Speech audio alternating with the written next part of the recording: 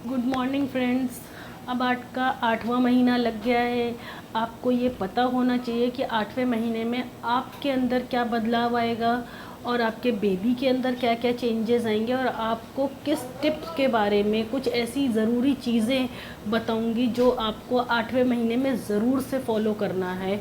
दोस्तों, मैं डॉक्टर शैला नाज आपको आज आपके बॉडी में क्या चेंजेस आएंगे या आपको क्या नया एक्सपीरियंस होने वाला है 8वें महीने में, या आपके बेबी में क्या क्या बदलाव आएंगे वो बताने वाली हूँ। तो दोस्तों, इस वीडियो को एंड तक ज़रूर देखिएगा। अगर आपको ये वीडियो पसंद आए तो उसको लाइक एंड शेयर ज़रूर करिए, और अगर अभी तक आपने मेरे चैनल को सब्सक्राइब नहीं किया है तो प्लीज़ फटाफट से आप सब्सक्राइब कर दीजिए। दोस्तों, 8वां महीना यानी कि प्रेगनेंसी का 32वां हफ्ता शुरू हो चुका है आपका। इस वक्त आपके बेबी के हाइट में, वेट में बहुत चेंजेस आएगा। आपका जो बेबी का हाइट है ये 41 से 42 सेंटीमीटर लंबा हो चुका है आपका बेबी, और जो वेट है वो 1600 ग्राम से 1800 ग्राम का, यानी 1.6 केजी से 1.8 केजी तक बच्चे का नॉर्मल वज़न होना चाहिए। बच्चे का वज़न बढ़ता है क्योंकि उसका जो उसका जो मसल मास है वो इंक्रीज़ करता है, और बॉडी के अंदर फैट डिपोजिशन होना शुरू हो जाता है।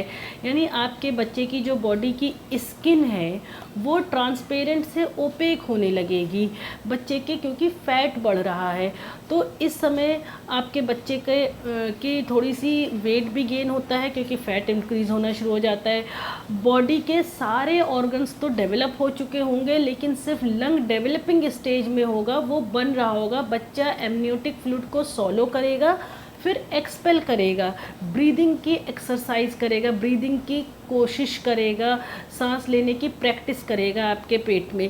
तो वो आपका जो एमनियोटिक फ्लूइड है उसको पहले निगलता है, फिर वो बाहर निकालता है। इस तरह से बच्चा प्रैक्टिस करता है ब्रीदिंग की, ताकि दुनिया में आने के बाद उसको सांस लेने में कोई दिक्कत ना हो और वो आसानी से सांस ले सके, और उसके लंग्स इस तरह से उसके लंग्स फूलते हैं और सिकुड़ते हैं। तो उसको अच्छे से एक एक्सरसाइज करने का समय मिल जाता है 8वें महीने में ही। उसके बाद जो है वो आपका आता है कि बच्चे की पोजीशन। तो 8वें महीने के शुरू में बच्चा ज़्यादातर 90% जो है बेबी वो लॉन्गिट्यूडनल लाइन में होता है, और वर्टिकल लाइन में पोजीशन होती है उसकी।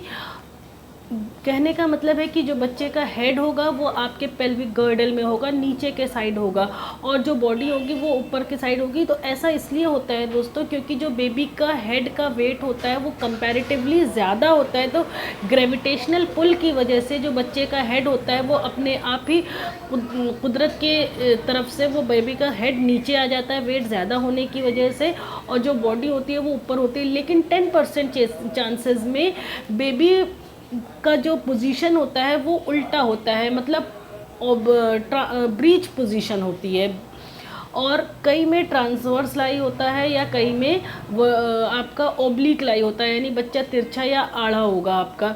तो ये अगर बच्चा आपका 8वें महीने पे ऐसे है और सीधा नहीं हुआ है तो आपका ऑपरेशन होने के चांसेस हो सकते हैं। लेकिन अगर बच्चा, कई बार क्या होता है आखिरी महीने में भी 8वें महीने के बाद भी घूम जाता है और अपने आप वो नॉर्मल हो जाता है, वर्टिकल पोजीशन हो जाती है, यानी उसका सिर नीचे आ जाता है, तो फिर नॉर्मल डिलीवरी के पूरे पूरे चांसेस होते हैं। और इस समय जो होता है बच्चे का जो स्लीपिंग मेथड होता है वो चेंज होता है। बच्चा 5 से 6 घंटा सोता है, फिर एक्टिव होता है, खेलता है पेट में ही, उसके बाद फिर 5 से 6 घंटा सोता है। और कई बार ज़्यादातर इस समय 32वें हफ्ते पे बच्चे नीचे आ जाते हैं पेल्विक गर्डल में। तो वहाँ पे आपको बताने जा रही हूँ आपको कि आपको क्या महसूस होगा इसकी वजह से जब बच्चा आपका नीचे आ गया है।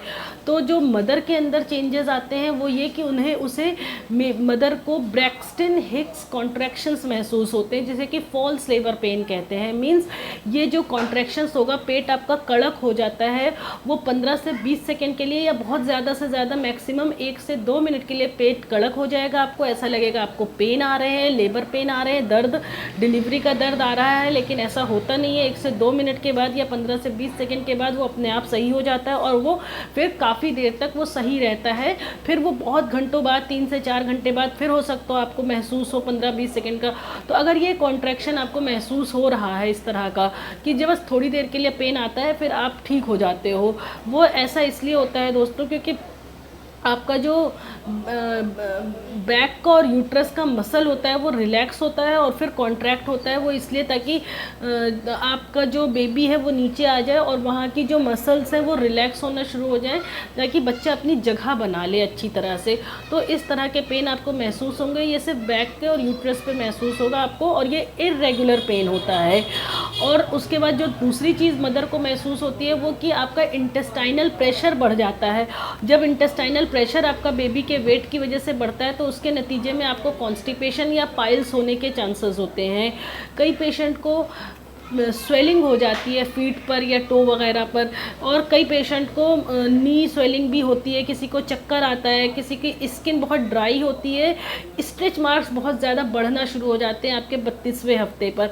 टमी का जो फैट होता है यानी पेट जो होता है उसका साइज़ जो होता है वो बहुत ज़्यादा बढ़ जाता है, आपका इचिंग महसूस होती है, आपको खुजली होती है पेट वगैरह पर, वेरिकोज वेन हो जाती है, आपकी जो नसें होती है पैरों की वो फूल जाती है, कई पेशेंट को वेरिकोसिटी महसूस होती है।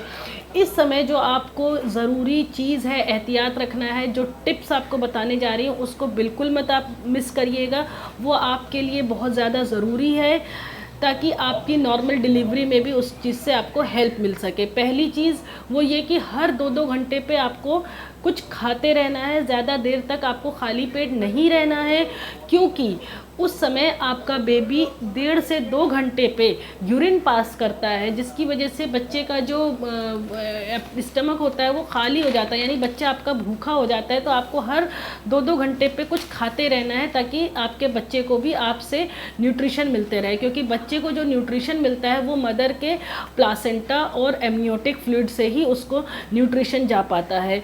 और बच्चे के मूवमेंट को आपको बहुत ध्यान रखना है, क्योंकि बच्चा नीचे पेल्विक गर्डल में आ जाता है 32वें हफ्ते पे।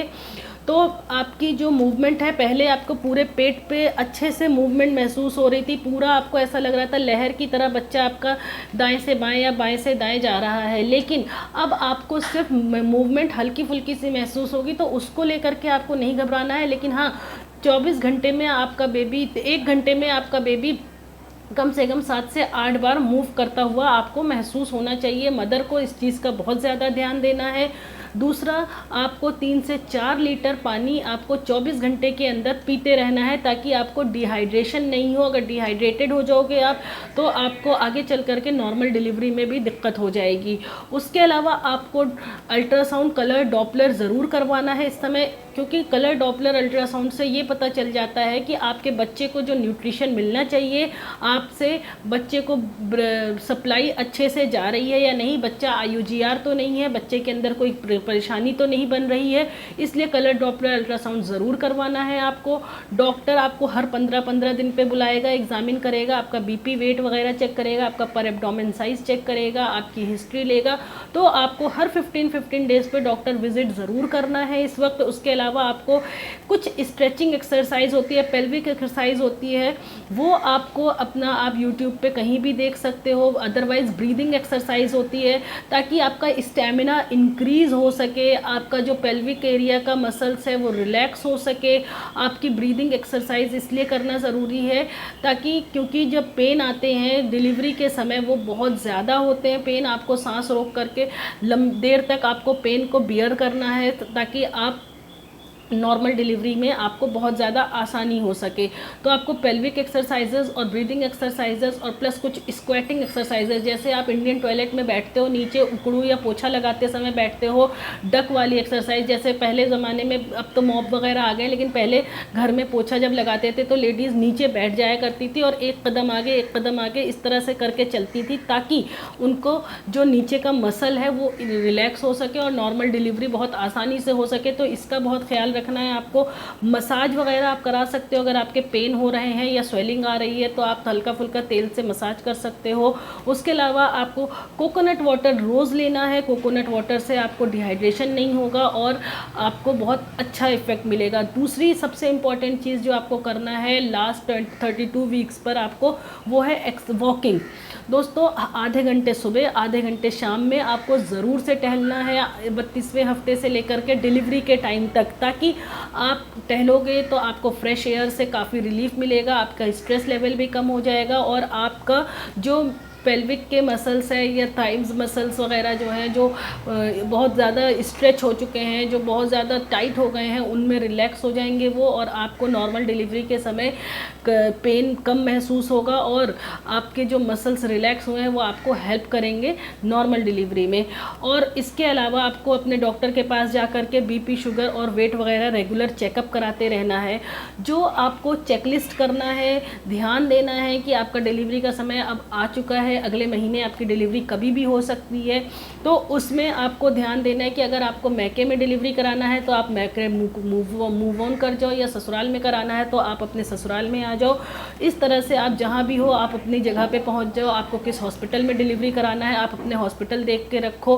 अगर आपको वहाँ का जो एक्सपेंसेस आने वाले हैं उसकी इंक्वायरी करके रखो, रूम वगैरह देख करके रखो, आप अपने बेबी का बैग पैक करके रखो, अपने लिए कुछ अच्छे जो फीडिंग नाइटीज़ आती हैं उसको आप परचेज़ कर लो। अपने बेबी के लिए कपड़े वगैरह, अपने लिए कपड़े अच्छे ढीले ढीले से कपड़े आप ख़रीद लो। इस तरह से आप अपने लिए सारी चीज़ों की तैयारी करके रखो और आप अपने लिए फ्लैट शूज़ वगैरह ख़रीदो। अगर अभी तक आप अपने फ़ोटोशूट वगैरह या मैटरनल आपका फ़ोटोशूट या मैटरनल आपका कुछ 8वें महीने पे जैसे बेबी शावर वगैरह रह गया है वो सब करके कंप्लीट रखो, क्योंकि 8वें महीने में दोस्तों 8वें महीने के बाद आपके पास बिल्कुल भी टाइम नहीं रहेगा, क्योंकि आपकी डिलीवरी कभी भी हो सकती है। किसी किसी की 8.5 महीने पे या 9 महीना शुरू होते ही हो जाती है, या किसी किसी का 9 महीने के बाद। तो आप इन सब चीज़ों का ध्यान रखिए। तो उम्मीद करती हूँ आपको मेरी इस वीडियो से पता चल जाएगा कि आपको क्या क्या चेंजेस आते हैं आप में, आपके बेबी के अंदर, और आपको क्या क्या चीज़ें टिप फॉलो करनी है और आपको क्या चेकलिस्ट करके रखना है। अगर आपको मेरी वीडियो पसंद आई हो तो उसको लाइक एंड शेयर ज़रूर करिए, और अगर अभी तक हमने मेरे चैनल को सब्सक्राइब नहीं किया है तो फटाफट से सब्सक्राइब कर दीजिए, और अगर आप इंस्टाग्राम या फेसबुक पर हैं तो मुझे फॉलो करना ना भूलें।